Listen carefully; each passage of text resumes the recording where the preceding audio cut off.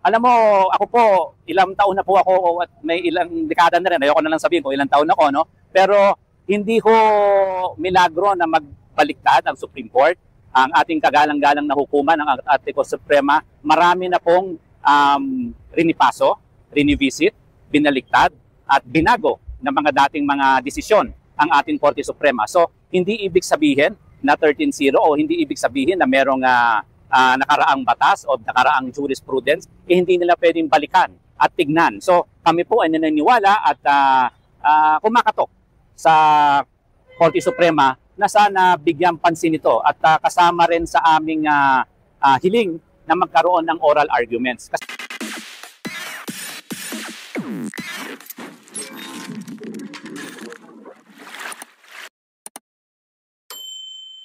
Well, today, no, we're filing we're filing two things, no. Number one, motion to intervene, and number two, our attached motion for reconsideration, no.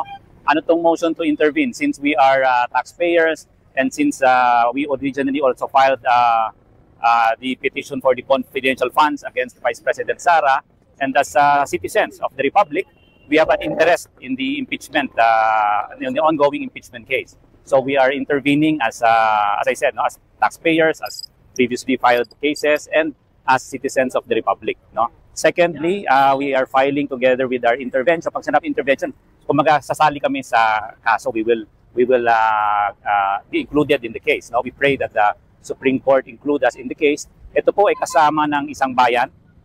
Kasama dito yung ating chairman ng isang bayan, si Justice Tony Carpio, at si former Ombudsman and Justice Conchita Carpio Morales, Commissioner Heidi Mendoza, among others na kasama natin. Mga religious din na kasama natin, na mga kasama sa military at dating mga public servants katulad ni Shelo Magno, kasama rin natin dito. So marami po. We will give you a copy later and you will get the whole list of those who have joined us, including mga estudyante, mga youth, kasama po natin dito. Now, doon naman sa... Before doon sa bakit mahalaga na makapag-intervene ang isang bayan dito? Well, gusto natin ipakita, no, kasi lumalabas this is a fight between the House, the Senate, and the Supreme Court. Actually, this is a fight of the Filipino people. This is a fight nating mga tao, no?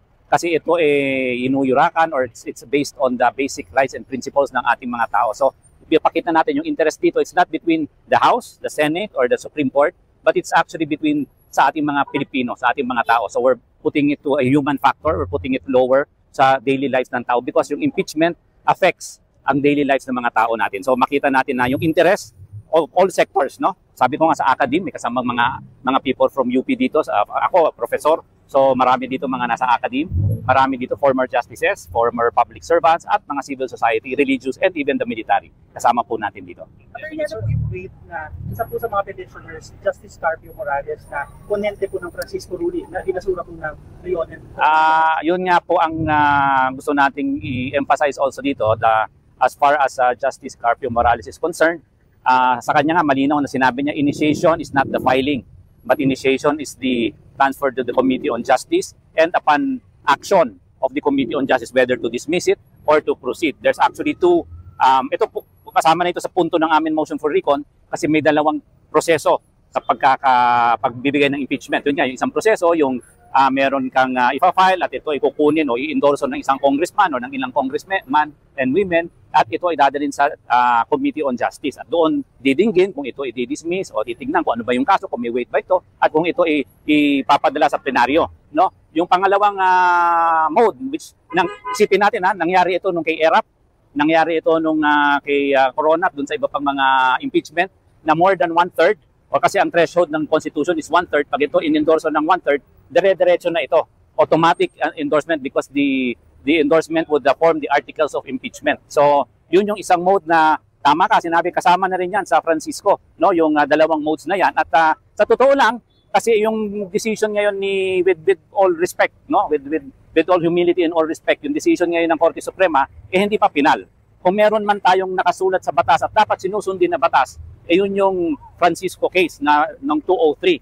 At kung ano man yung sinusunod, nakita na natin yung impeachment ni Corona, impeachment ni ERAP, hindi naman inabot tayo ng 4, 5, 6 na buwan. Kaagad-agad pagka-file nila sa Senado, from impeachment sa Senado, nagkaroon kaagad tayo ng impeachment trial. So, titingnan natin kung babasihan natin, nangyari na ito, bakit pa natin uulitin? At yung kasi sinasabi namin, isa rin doon sa argumento natin, yung sinasabi natin na prospective dapat ang application, kasi nung panahon na nagkaroon ng impeachment, ang tamang proseso ay yung sinunod ng House of Representatives. At very important, nasabi nga namin, nagbigay rin ng statement ang isang bayan dito, tingnan muna natin, repasuhin po natin, we humbly ask again the Supreme Court na repasuhin ang mga datos, ang facts. Bakit? Kasi klaro naman sa proseso ng House na merong 10 araw, 10 session days. Hindi ito calendar days, hindi ito weekday or weekend, ito ay 10 session days. So kung titignan natin, nandoon pa rin sa 10 session days yung 4 na impeachment cases na yan. Yung unang 3 at itong pang-4 na final nga diretsyo sa Senado. No? So lahat po yan dumaan sa proseso, dumaan sa procedure na nung panahon na yon ang ang batas, no, ay yung Constitution at yung mga jurisprudence na sinunod mula nung Francisco Doctrine noong 2003. Yung 13-0, are you hopeful na... Alam mo, ako po, ilang taon na po ako at may ilang dekada na rin. Ayoko na lang sabihin kung ilang taon ako, no? Pero hindi ko milagro na magbaliktad ang Supreme Court. Ang ating kagalang-galang na hukuman ng ating Suprema, marami na pong rinipaso, rinivisit, binaliktad at binago ng mga dating mga desisyon ang ating Korte Suprema. So, hindi ibig sabihin na 13-0 o hindi ibig sabihin na merong nakaraang batas o nakaraang jurisprudence, hindi nila pwedeng balikan at tignan. So, kami po ay naniniwala at kumakatok sa Korte Suprema na sana bigyan pansin ito at kasama rin sa aming hiling na magkaroon ng oral arguments. Kasi kung humihingi sila ng due process, sa totoo lang, nakita nyo rin ako dito nung nag-oral arguments kami sa PhilHealth. Ilang araw kayong pabalik-balik dito. Naalala nyo yon? Ito, hindi man ito tinawag na oral arguments. Sa tingin namin, mas importante, kundi kasing importante rin ito nung nakaraang mga debate o nakaraang mga issue sa Korte Suprema. Kaya, bigla kaming nagulat kasi nga, sa tingin namin, isa pang issue dito, hindi rin parang napasagot ang House of Representatives. No? So, but that is for them to challenge. No? Kasi kung hindi sila, kasi kung maaalala nyo, before this, binigyan lang sila ng mga questions ng Supreme Court. Diba? Sabi nga natin, may mga questions sila na baka nag-overreach yung ibang question nila, na baka masyadong detalyado. Pero hindi ho yun answer.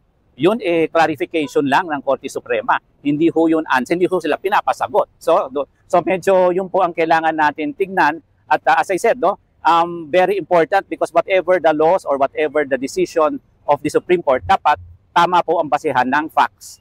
Klaro naman yung facts na sumunod ang House doon sa proseso na yun ang proseso na sinusunod nung time na ito nasa impeachment.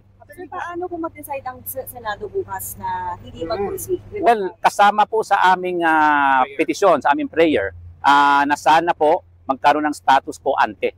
Ibig sabihin na parang hinay-hinay muna, stop muna, di ba? Status quo, pag sinabing status quo, medyo stop muna tayo, and pag-aralan, suriin ng mabuti. Hindi naman masama na tingnan at balikan, at hindi rin masama, hindi rin hindi rin bumababa ang ating respeto sa korte kung sila baguhin at repasuhin yung kanilang desisyon. Bagamat kung kanilang aayusin at baguhin at pag-aralan, mas bibigyan ng respeto lahat ng desisyon ng Korte Suprema. Paano nga kung bukas ay ito, bumoto ang Senado Court na huwag na ituloy ang trial? Magiging moot and academic ba? Hindi ho ito magiging moot and academic. That's why also we are filing this, because to us this is not a affront to the SC. This is a part of our legal and academic challenge on the merits, not on any personality. Kung matitingnan nyo yung aming petition mamaya na ibibigay, yung aming petition, this is a question of fact, a question of law, and not a question of personality. Kaya ho, sana hindi ito maging moot and academic. Kung man lang may gawin ang Senado bukas na hindi sang-ayon, di ba, na naman sa proseso. Kasi kung titingnan natin, ito nakakatawa sa Senado. Noong February 5, ang utos ng Constitution, forthwith. Pero inabot sila ng ilang buwan. Ngayon, wala naman sinasabing forthwith. Ang sinasabi lang, meron desisyon na for execution, pero do they execute immediately? Nasa sa kanila po yun. Kaya nga sinasabi natin, bakit naman mag-execute sila kaagad? Meron pa namang motion for recon. Meron pa namang puwang. Ang ika nga nito, hindi pa ho final ang kaso. Pending pa ho ang kaso. Sabi ko nga, ang final na kaso dito yung Francisco Doctrine. Hindi yung doctrine ngayon. So kung titingnan natin, yun pa rin ang ang kaso until this case becomes final at the end, no, maging final case. So ano po ba yung consequence or danger kapag dinismiss ng Senado tapos may mga pending pang ganito? Well, ang mahirap, sa akin, dapat kasi nga, kung tama yung dinig ko, i-dismiss ito ng Senado. Pero dapat kasi the impeachment court has already convened. So it should be the impeachment court that dismisses it or not because the case is not in the Senate. The case is in the impeachment court. So titingnan natin ano ba ang galaw ng impeachment court. And sa akin nga, we are praying a status quo order para lang sana talagang maripaso, mapag-aralan ito. At siguro, nasa sa taong bayan yan. Kung sabi ko nga, kung dati sa isang envelope tayo hindi pumayag, papayag ba tayo na hindi bigyan ng accountability? Papayag ba tayo na hindi buksan ang trial? Kung sa isang envelope, naghimutok tayo, dito sa tingin ko, mas mabigat ang consequences nito kung ito hindi matuloy. Just a follow-up, last lang from my part. Paano kung bukas bumoto yung Senate na i-dismiss, pero bigla naglabas ng status quo under order of the Supreme Court? Anong order po ang tutuloy? Kaya nga sinasabi ko, mas gusto ko na wag munang magdesisyon ang Senado. Kasi that's one repercussion. Paano kung nagbigay ng TRO, status quo, or whatever order ang Supreme Court, baka magkagulo yung impeachment trial o yung Senado. Number 2, paano kung sana naman pakinggan kami sa ating intervention at sa ating motion for recon at biglang hindi na, kasi pwede naman baguhin, meron naman tinatawag tayong modify the order. Parang klaruhin lang na baka sabihin yung order yan pa rin pero prospective. So hindi nila binago pero sinasabi nila prospective ang application. Ibig sabihin the constitutionality is still there or unconstitutional is still there but let us only apply it moving forward. No? So, yun nga yung sinasabi, baka may tama sila sa desisyon, pero wag natin i-apply ngayon, apply natin sa susunod na impeachment. So, ang tanong natin dyan, paano kung biglang mag-modify, paano kung biglang baguhin, siyempre magkakaroon ng gulo yan, ng hindi kaunawaan, ng confusion na ayaw natin mangyari. That's why precisely, we are knocking on the Senate na sana pakinggan muna itong mga issues. Let us stretch out all the issues bago tayo magdesisyon kung i-dismiss or whatever ang gagawin natin. But if you ask me, dapat ituloy na lang kasi dapat ang proseso talaga, ituloy na lang ang hearing tapos kung meron man silang grave abuse, saka papasok ang Supreme Court. Yun ang mas magandang sana ang proseso. Pero kung hindi nila maisip na gawin yon, siguro hingin natin na kumbaga mag-status quo ante muna tayo. Huwag tayong ura-urada gagawa ng desisyon kasi nga meron pang pending na ito na pwedeng magbago. Na sana kung gusto nilang galangin ang Korte Suprema, galangin din nila ang proseso. At sa paggalang ng proseso, medyo, sabi ko nga, status ko muna, hinay-hinay kasi ang proseso hindi pa tapos. Ang proseso, pending pa ang kaso at antayin ng matapos ito in the final stage ng kaso. Attorney, bago lang umulan, ano? Yung sinasabi na ba? Pati ang ulap umiiyak sa pagkakamali. May mga sinasabi kasi na may new requirement na dun sa desisyon ng Supreme Court. Isa rin ba yon sa mga sinasabi nyo dito sa petition nyo na dapat hindi patupad? Kasi nga sinasabi namin na yung requirements na naka-outline na binigay nila sa bagong desisyon, wala naman doon sa Constitution. For example, sinasabi nila na dapat kahit na 1/3, kailangan mag-hearing pa rin, kailangan dinggin pa rin. Malinaw naman yung Constitution na dalawa yung mode. First mode nga is yung may mag-i-endorse tapos pupunta sa komite. Diba? Second mode is yung pag may 1/3, diretso na siya because that becomes the articles. Ngayon, ang ginawa nila, kahit na 1/3, pupunta pa rin sa komite. Pero sinasabi natin, sabihin na natin na, kumbaga, we concede. For example na lang, for the sake of argument, if they would like to pursue that, but let us do it prospectively because the prevailing doctrine and the prevailing law, the prevailing procedure prior to this decision is what the House observed. And they did not observe anything outside their powers or jurisdiction. So yung sinasabing due process dun sa ini-impeach, wala dapat yun? Kasi ang due process, mahabang proseso yun, hindi naman sa House lang Ang due process, kasi didinggin naman yan sa Senado. So kung meron man siyang time for to be heard, doon siya pwede magpunta sa Senado kasi doon din siya didinggin. So hindi naman siya nawala ng karapatan dinggin. Kaya nga, ang gusto natin magkaroon ng trial kasi tingnan mo, sa panahon nito, sino bang hindi natin naririnig? Si VP Sara, di ba? So gusto ba niya ng due process? Ang pag sinabing due process, right to be heard. So let us hear her. So the only way to hear her is to have a trial.